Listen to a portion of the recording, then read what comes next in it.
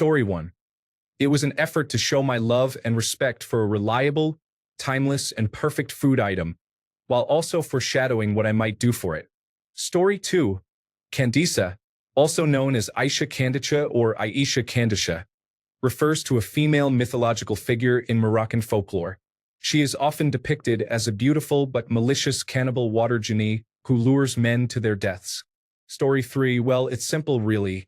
My YouTube name was Vengeful Master before someone literally stole it on there and Twitch.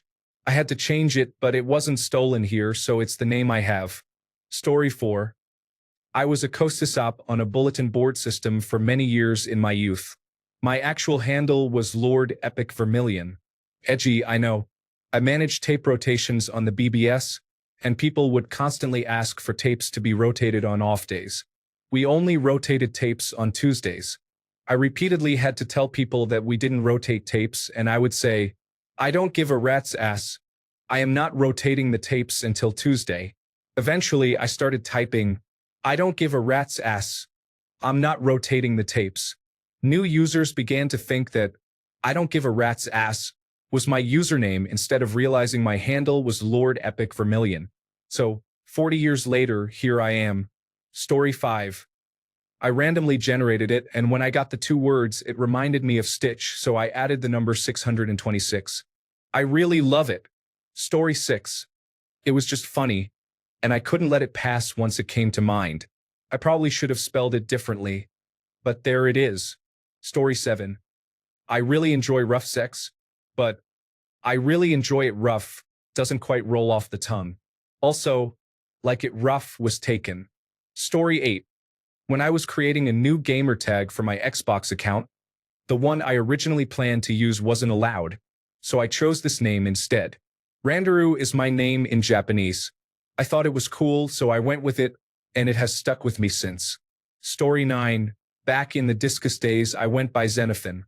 The last time the Trump circus came to town, I made a concerted effort to delete my previous internet presence.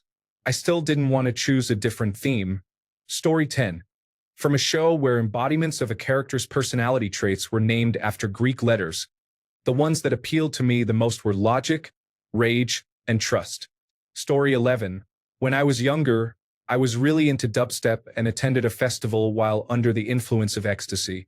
I remember feeling electricity from the ground to my feet every time I took a step. After some trial and error in creating an Xbox 360 username, I eventually settled on Electric Wubs. Story 12. Back in 2012, I saw a Chris Rock stand-up special where he did a bit about Stevie Wonder, one of the greatest musicians who ever lived, but who is blind. He did all that and he can't even get a little peek? Just a peek. I then misspelled peek on my PlayStation 3 username, and here we are. Story 13. When Bingo, Bluey's sister, sang, Poor little bug on the wall, ding jing. No one to love him at all, ding jing. Story 14. Watching Puss in Boots made me want to see something more adventurous, but it was too long, so I had to settle. Story 15. I played as an initiator or support in Dota 2, and as a joke, I named myself after the part of a plane that carries the team. Story 16. I remembered when my husband used to say, we all knew she would. Whenever there was a recurring mission or area in a video game series back when we first started doing things together outside of school. Story 17. I broke a bone. A small piece came off. The doctor offered to reattach it, but said it wasn't worth the hassle. They disposed of the piece during my surgery. Story 18. Step 1. Eat a pancake. Step 2. Enjoy the pancake. Step 3. Learn that pancakes are also known as flapjacks. Step 4. Acknowledge that flapjacks are great. Story 19. From an old X-Play segment, Splinter Cell, Co-op Theater. Story 20. I became a dad and wanted a fresh post history to start posting on the Daddit subreddit. My old username also became a dad, and here we are 9 years later. Story 21. Pewix was a nickname I came up with when I was little because I wanted a W in my name. It stuck. That evolved into my love of quoting old commercials and similar things like the left Twix bar, and the rest is history. Story 22. I wear my emotions on my sleeve. I've learned not to be so blunt sometimes, but a guy can only do so much, and I tried really hard. Occasionally, I'm out and about and I see a guy wearing an ugly shirt and it slips. It was that deep orangey-brown color that people get from spray tan places like EU. Story 23. I lost access to my first account. While getting ready for work one morning, the thought just came to me. Story 24. I didn't choose the name for my cat. She did. I named her Circe, but when she was a kitten, she had an unusually small head. Everyone would comment on her little head. Eventually, she must have decided that little head was her name since everyone was always saying it around her. Her head is a regular size now, but she weighs 23 pounds, so her head still looks small. I guess she knew she was going to be a big cat. Story 25. My favorite Greek goddess, which I was obsessed with at the time, along with my very common last name, led me to break all the rules. Back then, you were not supposed to have your name as part of your online identity, but now it often defines your online presence. Story 26. I bought my toddler some Transformer toys, and he cannot say Optimus Prime properly. I liked his version better. Story 27. Lendes is a god in Dungeons and Dragons who was the main quest giver in one of my long-lasting campaigns. I used to have another account, but it was compromised and turned into a scam account, so I had to find a new username quickly. Story 28. I was choosing my gamertag. Ottoman Turk was already my nickname, Otto for short, and I was a raging alcoholic, so I maintained Blottoman Turk through social media and gaming platforms. The full college-era etymology would be basically Wild Turkey Man, later Wild Man Turkey, Turkey Man, and finally landing on Turk most commonly. I always had at least a flask of Wild Turkey 101 on me and always donated a bottle to any party I attended, and there were many parties. When I pledged my fraternity and they were deciding brother names, the discussion, as far as I know, was basically, well, obviously it should be Turk, but it needs something with a little more flair. Ottoman Turk sounds more dignified, right? And that was that. Bonus. My little in the fraternity was Byzantium. Story 29. I was trying to remember the quote from Super Troopers when Mac was calling Farva from the patrol car. I thought it was, "Don't call me Radio Unit 25, but it turns out it was Unit 91. So here I am with a basically meaningless name. Story 30. Took the name of a then 90-year-old rapping grandmother from Germany. Story 31. The amazing bassist of Mudvayne, Reno, and the area code of Cleveland, the hometown of what used to be one of my favorite bands, Mushroomhead. Story 32. It's my nickname from when I played EverQuest in 1999. I was a gnome named Burumpus. Everyone called me Bumpty. Story 33. My first online account when I was a child was Dragon Princess. As I got older, I thought princesses were uncool and changed my username to Lady, as in lower nobility, but still inspired by a fun fantasy novel. Sylvie was a nickname given to me by an online friend because I had a character named Silver. So, Lady Sylvie. I used it for about 15 years before changing it due to the popularity of Milady memes.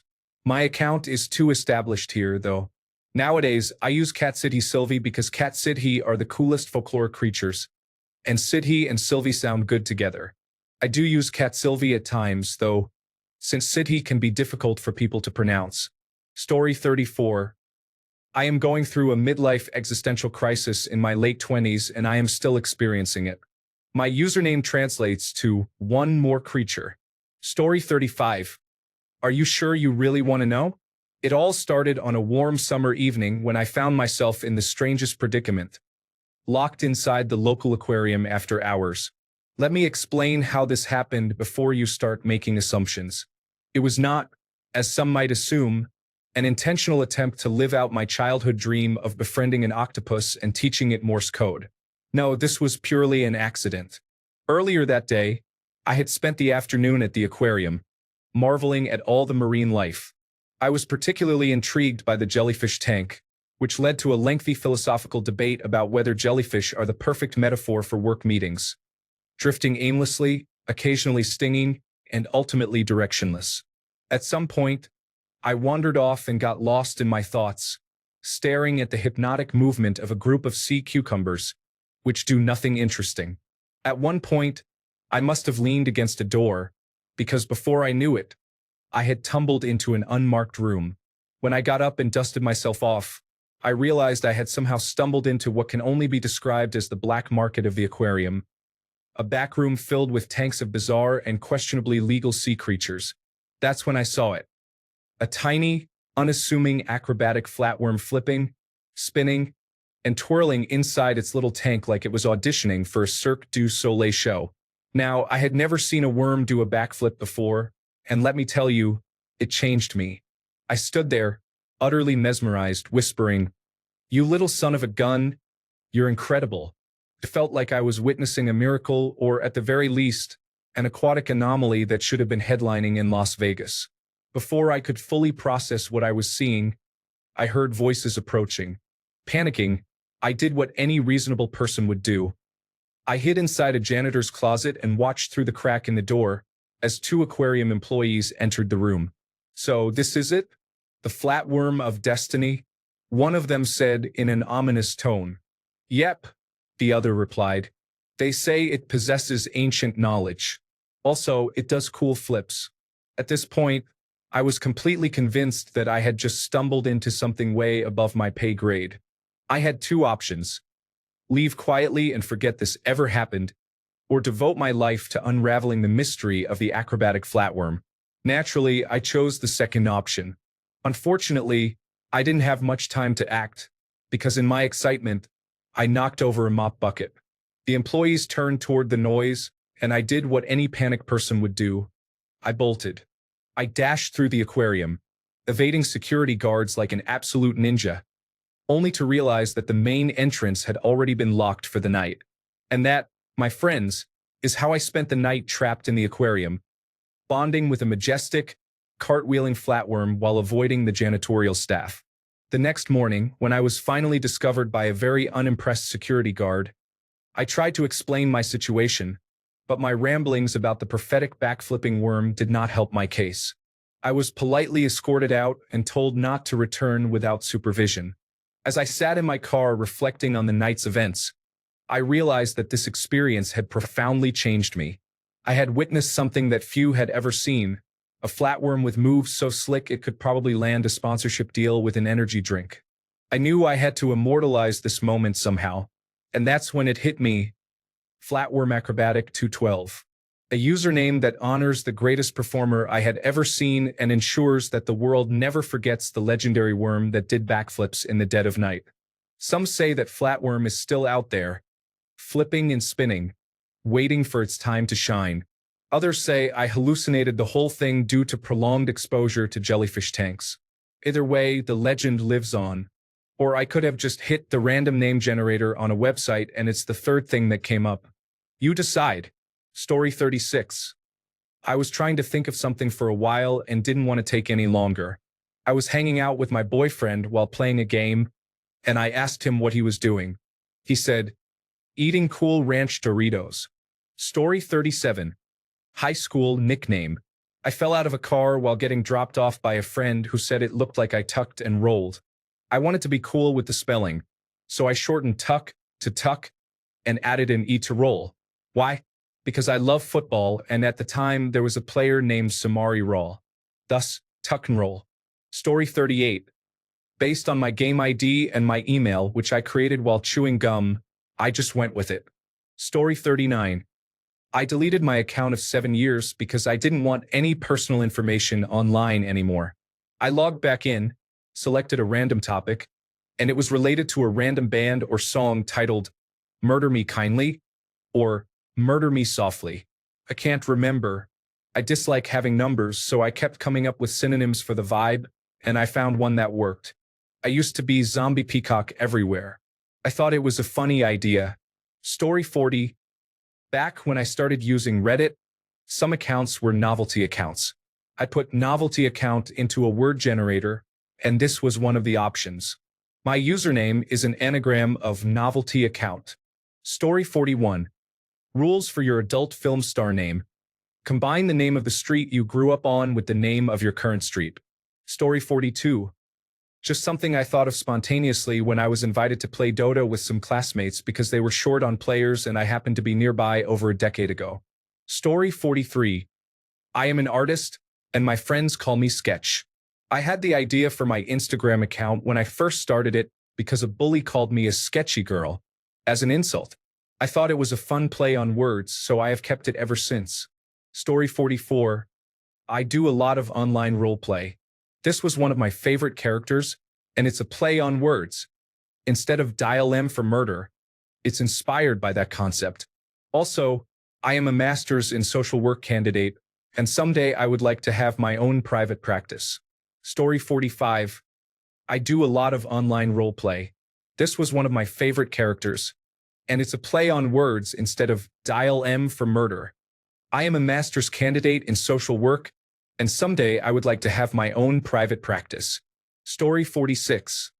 I have been using Remclave since the early 1990s. I coined it for my byline in an amateur-published magazine. Remclave represents my interpretation of the dreamer's den. I have used it for my online presence since the earliest days of surfing the web. Story 47. There was a game development company from my hometown that created a fairly successful game called Dark Reign. I was born in 1982. Story 48. William Gibson. I have been a fan since I was 16. I am now 44 and only appreciate his work more. He referred to Neuromancer as a young man's book, which did not resonate until several years ago. Henry Dorset Case is not a hero. He is a talented, deeply flawed human with many emotional problems. That said, there is a part of me that wishes I could feel the level of flawless proficiency needed to execute the straight run. If you have not watched The Peripheral, please do. It is the best interpretation of this genius's work. Story 49. I was really stoned and all my usual options were taken, so I just chose the first random thing that came to mind. Story 50. Mistopheles is a character created by T.S. Eliot in Old Possum's Book of Practical Cats. He is the conjuring cat. Interpret it as you wish. Story 51. Mom found out I was cursing in middle school. She asked if my friends and I threw profanity parties to shame me. I thought it was the funniest thing ever, and I still do. The image of a group of kids hanging around in a circle, just cursing like a rap cipher, is hilarious. Story 52. I was reading about the Klondike Gold Rush. The crowd of people rushing to the Klondike were sometimes known as sourdoughs. Story 53. My name is Robert. When I was younger, I would break my toys into parts to make robots. I can't wait to find a job and have enough money to start building real robots this time, in a cave with a bunch of scraps. Story 54. I am a woman, I am devilish, and I have that spirit in me. The devil dog part is because I really like spotted hyenas, so much so that I have a hand tattoo dedicated to them, with a sleeve soon to follow. I call them little devil dogs. Story 55. I'm short and I like metal. It's my best mate's nickname for me. Call him Dweebus. Together we are unstoppable. Story 56. I created my 12th Reddit account in as many years, shortly after Trump resumed office, and the scale of the dishonesty to expect this time around became apparent. Story 57. I didn't understand how Reddit worked, and after a couple of unwise posts, my first account got flagged as not safe for work. As a result, my homepage became unsuitable for commuting. This account has remained safe for anyone looking over my shoulder. Story 58. I got married to a mathematician on International Pi Day. I enjoy baking, and apparently, I have a cold-hearted reputation, which is almost a joke. Hence, Frosty Pie. Story 59. I used to play Begone, a shooter. My favorite scope was the iron sight. My gentlemanly behavior makes me, naturally, a sir. I think you can figure out the rest. The name has stuck around ever since. Story 60. Years ago, running with wolves was popular, and people were choosing American Indian names. That is my username. Yes, I'm a bit unusual. Story 61. I figured it wouldn't be occupied if it began with Z after having failed at dozens of other attempted names. Story 62. Reddit suggested it, and for some reason I liked it, so I chose not to change it before creating the account. Story 63. I used to get teased for eating pumpkins and having a wife. I hated it, so I started asking people to call me Pumpkin. Story 64. Urethil was a character for a writer battle in a forum I created nearly 20 years ago.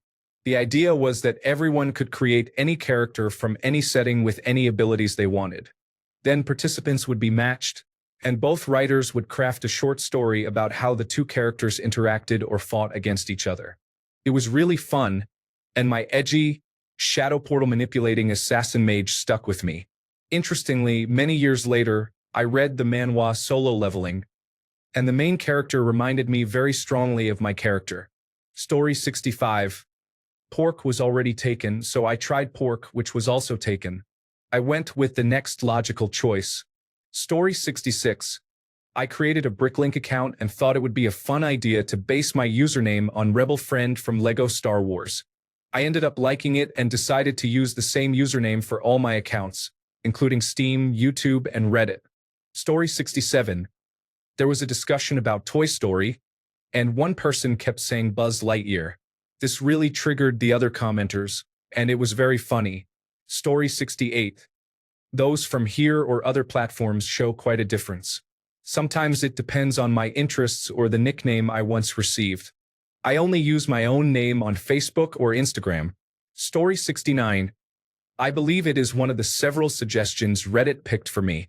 I do not think I even intended to keep it forever, but it is absolutely growing on me. Story 70. Most of the names I tried were taken. Then I figured I don't really care if I am somewhat anonymous here, so why do I even need a recognizable or memorable user handle? I just randomly entered a bunch of numbers. And here we are. Story 71. I used it as a user for a couple of games in the past and Instagram once. I still like it, though. The game for which I chose the username had some spooky items, so I created an account to store my spooky items during the regular months for more inventory space. Story 72. I created my account to engage with queer communities, so I wasn't sure if my labels would change, so I opted for the umbrella terms. Story 73.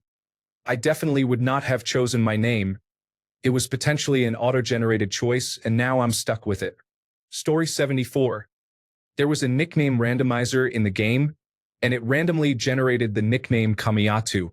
This nickname has been with me for many years. Story 75. Randomly, back when I got into Dungeons and Dragons with people I considered friends, I honestly wish I could change my username to something that aligns with the rest of my usernames. However, at the same time, no one will ever realize it's me. Story 76. Someone once misspelled my name this way, and I liked it. The numbers are from my parents' old phone number. Story 77. Famous quote from Bartleby the Scrivener.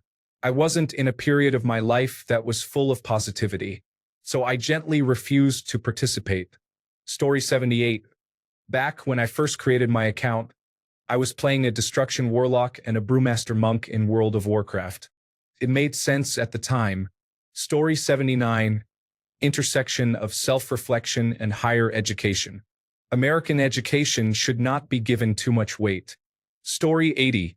I lost access to my account because I forgot the password and had not entered an email.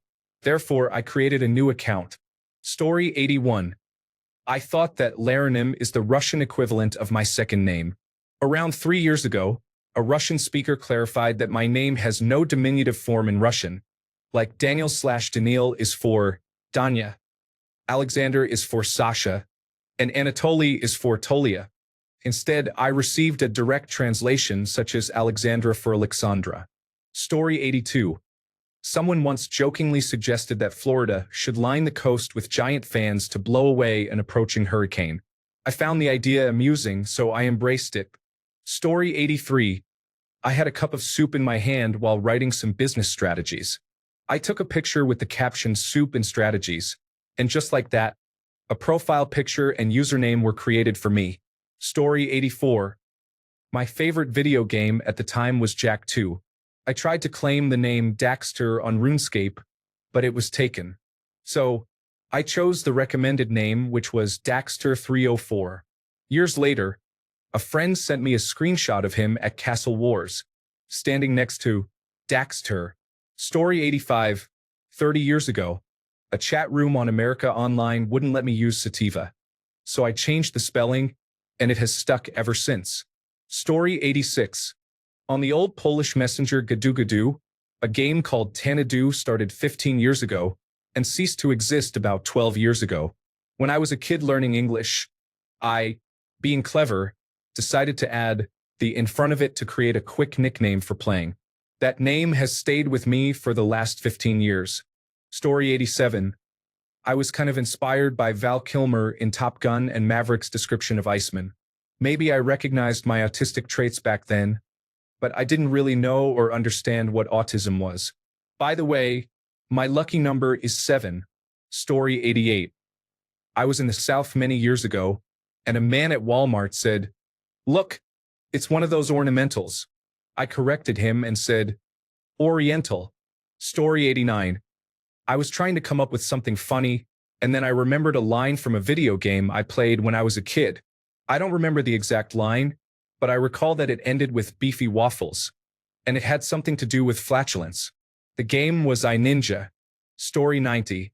My mother complained bitterly about her name to her mother, demanding to know why she had chosen something so plain as Jane.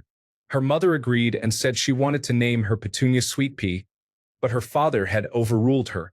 Surprisingly, no other complaints were made about her plain name. I loved the story and adopted the name. Thanks a bunch for sticking around till the end of the video. Remember to subscribe, and until next time, stay awesome and goodbye.